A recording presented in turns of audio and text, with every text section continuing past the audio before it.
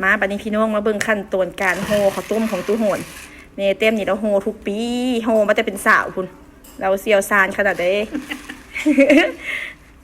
อันอีเมียเป็นคนโฮ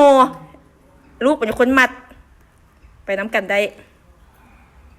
โบได้ใส่ถุงหมกถุงมือมันโบถนัดเลยพี่น้องเด้อเราล้างมือดีแล้วโบต้องดาหมกดามาเด้อ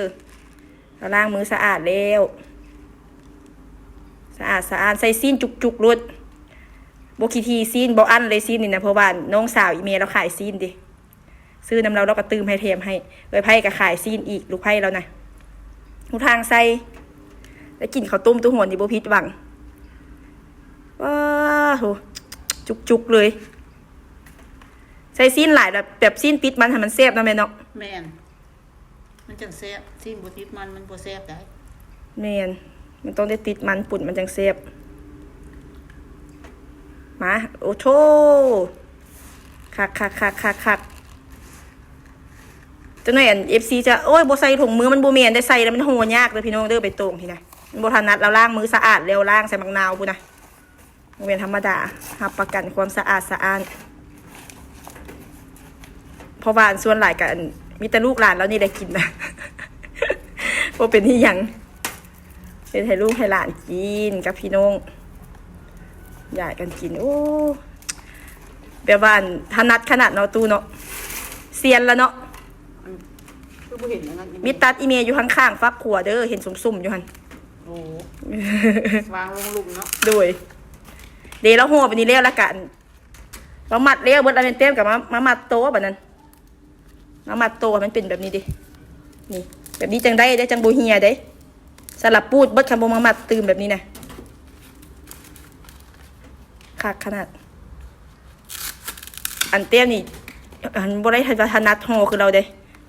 ถนัดแต่มัดแต่ที่ได้เฮียนกับเราใหม่ตื่มอีกอยู่ขาคู่คนนึงมัดเมนต้องไปน้ำกันได้เนาะตู้เนาะแมนมีผู้ใดอยากได้สูตรห่อข้าวต้มงามๆนะเบิ่งไปรถเบิ่งจบคลิปนี้แล้วก็เป็นห่อเป็นรถนี่นะบ่ห่วงสูตรแล้ววะน่ะบ่ห่วงสูตรเด้อเบิ่งเด้อห่อเป็นรถจบแล้วก็ไปว่าได้รถนี่ห่อขายได้เลยเนาะแม่เนาะแม่นเด้โอเคแบบนี้นะสบายไปต้มนี่ครับประกันนะบ่มีเหี่ยบ่มีปูดปิดอย่างเลยนะงามอ่องต้องเดี๋ยวเต็มสิทายอันนั้นตัวมันสุกให้เด้อต้มเบิดมือพุ่นแหละมื้ออื่นต้มเบิดโดยบัดเช้าจนค่ำปรุงหม้อข้าวต้มแล้วสิทายให้เบิ่งอีกบัดนึงนี่เรียบร้อยวิทยานาทีเต็มมัดโตมัดมันเป็นแนวนี้เลยก็แล้ว เอาไว้โตติดตามเบิ่งคลิปมื้ออื่นหม้อปรุงข้าวต้มปรุงหม้อข้าวต้มโอเคอันนี้จะเป็นหมักทั่วเหลืองที่ว่าตู้หอนแล้ว1เรียบร้อยแล้วเราก็มาเอือบโหยด้วยหอมบัวเด้งแบบนี้แล้ว1เรียบร้อยแล้ว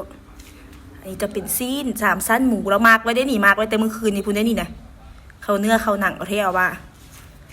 อันนี้จะเป็นเข้านี่เรากระล่างดีๆให้มันสะเด็ดน้ำดีๆแล้วก็มาเอือบเกลือเป็นนวลน้ำตาลอย่างแหละสูตรของเราสูตรของเมย์เต็มเองเพื่อสิมาเป็นข้าวต้มกุดจีนโอ้โหมันง่ายๆพี่น้องตัวสิมาเป็นข้าวต้มกุดจีนแบบนี้นี่มันธรรมดาหากาเกี่ยมอย่างไง